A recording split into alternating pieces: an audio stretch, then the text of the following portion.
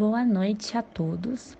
Hoje nós vamos apresentar um plano de aula com base na abordagem sistêmica. Nosso plano de aulas foi baseado na abordagem sistêmica. Esta abordagem tem como principal objetivo a transformação social. Ela se caracteriza pela capacidade de olhar para o ser humano como um ser capaz de influenciar e ser influenciado pela sociedade, afinal, ele faz parte de um todo.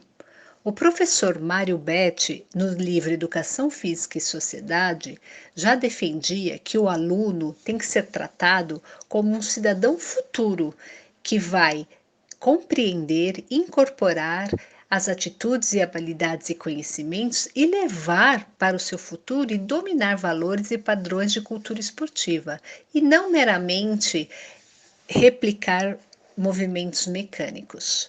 Baseados na sociologia, fisiologia e psicologia, e os autores tendo como autores de base Ludwig van Butterfly e Arthur Koestler, esta abordagem defende que se faz necessária a ampliação da visão para o todo. Arthur Koestler foi quem desenvolveu o conceito de holon, que do grego significa totalidade, e o sufixo on, que significa parte, ou seja, parte de um todo, o ser humano existente no sistema, como a mente e as construções. Os seres humanos aprendem percebendo as diferenças e semelhanças. Nós desenvolveremos nos conteúdos de vivência de jogo, esporte e ginástica, defendendo a metodologia de respeito à diversidade e da inclusão. Como os sistemas possuem várias partes, os indivíduos devem ter consciência das diferenças e respeitar os lugares que as pessoas ocupam. Nada acontece isoladamente. Por isso, o indivíduo deve analisar o que será afetado e qual o resultado a ser obtido com uma ação. O nosso objetivo é ampliar a visão, distinguindo as diferenças, desenvolvendo a capacidade de reconhecer a consciência de cada contexto, de maneira que, através dessa sensibilidade, passamos pela confrontação de boas e más consciências e que tratemos uns aos outros com respeito. O nosso plano de aula foi elaborado por uma turma do 5º ano, onde a unidade temática utilizada foram os jogos e brincadeiras. Os objetos de conhecimento utilizados foram jogos e brincadeiras de matriz indígena e africana. O nosso local de prática vai ser a quadra da escola, porém, estamos em situação de pandemia, onde podemos adaptar a quadra da escola pelo quintal de casa. E a duração da nossa atividade vai ser de 20 a 25 minutos.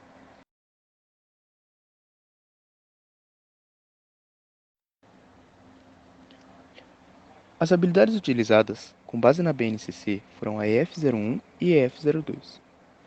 A EF01 diz que os alunos podem experimentar e fluir brincadeiras e jogos populares do Brasil e do mundo, incluindo aqueles de matriz indígena e africana, e recriá-los, valorizando assim a importância desse patrimônio histórico-cultural. Já a EF02 diz que os alunos podem planejar e utilizar estratégias para possibilitar a prática segura de todos, praticando assim a inclusão em brincadeiras e jogos populares do Brasil e do mundo, incluindo aqueles de matriz indígena e africana. Nosso objetivo geral é vivenciar uma experiência de um jogo de uma cultura diferente. Nesse caso, nós escolhemos a cultura indígena. Já nosso objetivo específico é vivenciar o jogo da peteca, a fim de fazer os alunos valorizarem esse patrimônio histórico-cultural e refletir sobre o uso excessivo da tecnologia nos dias atuais. A nossa aula será dividida em 3 períodos. No primeiro período, será realizada uma discussão com os alunos sobre as diferentes culturas presentes no nosso país. No segundo período, ensinaremos os alunos a confeccionar sua própria peteca. E para uma melhor imersão dos alunos, também faremos um jogo de peteca. E no terceiro período, por fim, realizaremos uma roda de conversa para que os alunos possam refletir sobre a interferência causada pela troca dos jogos e brincadeiras pelo uso excessivo de tecnologia. O material utilizado nessa aula vai ser a peteca. Porém, para fins culturais, nós podemos ensinar os nossos alunos a como confeccionar sua própria peteca. Segue um vídeo de como fazer isso. Hoje nós vamos fazer uma peteca com 3 materiais. Você vai precisar de 3 folhas de papel, tesoura e uma sacola plástica. Nós vamos começar cortando as alças da sacola e o fundo. Feito isso, nós vamos pegar a sacola e cortar uma das laterais. Cortada a lateral, a gente vai tirar esse pedaço da sacola e abrir. Dobramos ao meio e cortamos esse outro lado da sacola. Feito isso, nós vamos ter duas partes de plástico, duas folhas. Guarde a sacola e agora a gente vai usar as 3 folhas de papel. O procedimento é o seguinte: nós vamos amassar as folhas e abrir novamente. Repita esse processo 2 vezes.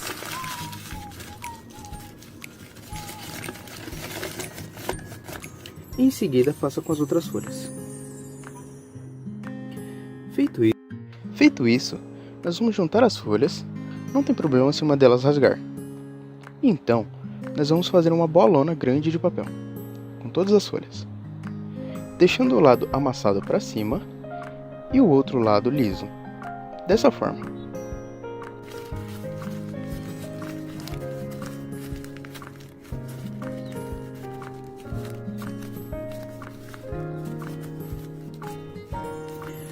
Com isso, nós vamos ter 2 lados, um lado liso e um lado amassado. Pegue as sacolas e coloque na diagonal, uma da outra, e coloque no meio a trouxa de papel. E depois a gente vai juntar e amarrar, desse jeito.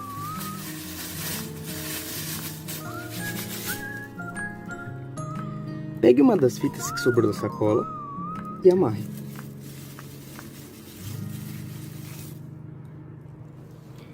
E tá pronta a nossa peteca. Valeu! O nosso modo de avaliação será por meio do feedback, onde iremos analisar os alunos e auxiliá-los caso precise de uma orientação nas atividades.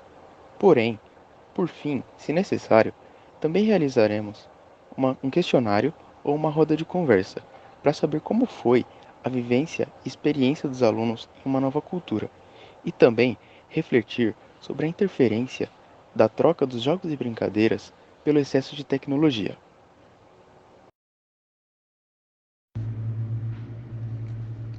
Bom, a nossa abordagem, ela propõe que para o planejamento das aulas de educação física, o professor ele sempre deve levar em conta os princípios da não exclusão e da diversidade.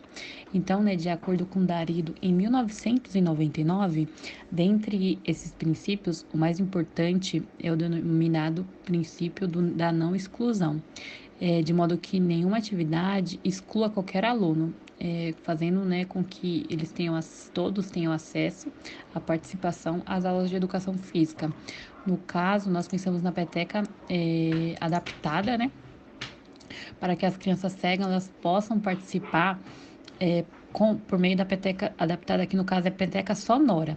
Então, normalmente ela é feita com sinos, né? Colocam sinos dentro da peteca, mas no caso, como a gente já mostrou para os alunos como é possível fazer a sua própria peteca com a sacola plástica, como foi mostrado aqui no vídeo anterior, conforme o aluno vai brincando, vai fazendo barulho, né? Então, essa peteca, ela já foi feita pensando nisso, nesses alunos com deficiência, para que a gente não exclua ninguém dessa aula.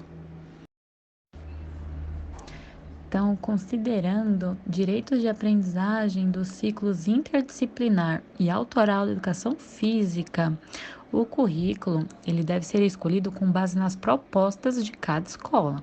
Então, como formulamos apenas um plano de aula, selecionamos o currículo da cidade de São Paulo, que busca alinhar as orientações curriculares do município à Base Nacional Comum Curricular, ou a BNCC, né?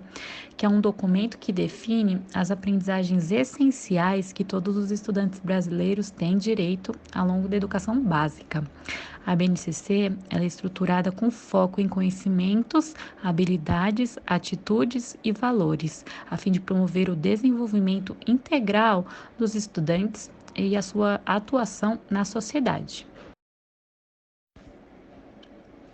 A implementação da BNCC ela acontece por meio da construção de currículos locais de responsabilidade das redes de ensino e escolas, e eles têm autonomia para organizar os seus percursos formativos a partir da sua própria realidade.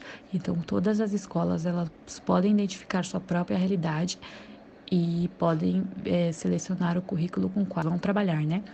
Então, incorpora as diversidades regionais de forma que os alunos aprendam e se desenvolvam em cada contexto escolar, né, de acordo com cada contexto escolar. Nós identificamos no currículo do Estado que ele também busca alinhar as orientações à BNCC, né? E o enfoque cultural, ele ganhou relevância na educação física por levar em conta as diferenças manifestadas pelos alunos em variados contextos. Então, assim, nós entendemos que a educação física escolar, ela deve tratar pedagogicamente de conteúdos culturais relacionados ao movimentar-se humano. E já no currículo municipal, desde 2007, a Rede Municipal de Ensino entende a educação física como uma linguagem. E nessa perspectiva cultural, a educação física compreende em sua prática pedagógica que o corpo ele traz marcas históricas dos sujeitos e da cultura. E assim, o movimento ele expressa as intencionalidades e comunica e difunde os modos de ser, de pensar e de agir dos sujeitos, né? Na perspectiva da educação física como linguagem, espera-se que qualquer estereótipo não seja utilizado para não permitir ou impedir a experiência da cultura corporal na escola. Então, ensinar apenas as 4 modalidades esportivas não é suficiente para mobilizar o interesse, a participação e a aprendizagem de todos os estudantes na educação física. Deixar a aula solta, né, ou uma aula vaga não vai gerar o conhecimento e os sentidos presentes na vivência das práticas corporais. Visto que as práticas corporais tematizadas na escola partem do princípio de que os estudantes possam vivenciar e interpretar o maior número possível de manifestações da cultura corporal presentes no patrimônio material e imaterial da cultura. O currículo da cidade de São Paulo, como cidade, né, componente deste país, ao definir os objetivos de aprendizagem e do desenvolvimento, considerou o direito de que todos possam aprender e participar do país. E para isso, esse currículo ele valoriza a função social do professor e a função formativa da escola.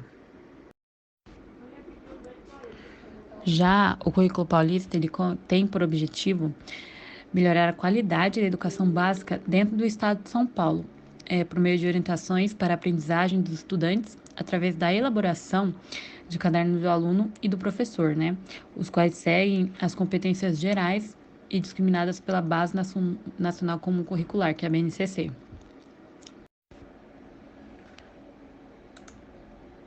Então, o currículo da cidade, ele foi construído para todos os estudantes da rede municipal de ensino de São Paulo, inclusive aqueles que necessitam de um atendimento educacional especializado, aqueles que possuem algum tipo de deficiência, transtorno, altas habilidades ou superdotação, e aplica-se também a crianças e adolescentes de diferentes origens étnico-raciais, além de imigrantes e refugiados de vários países.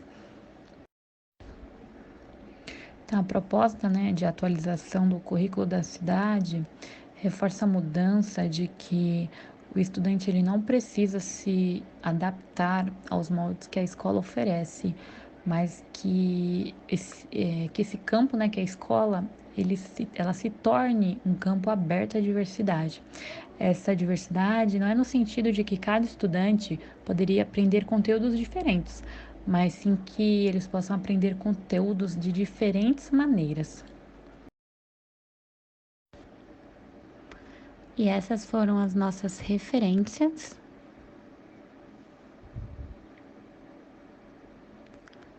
E esses são os integrantes do grupo. Muito obrigado pela atenção. Tenham todos uma boa noite.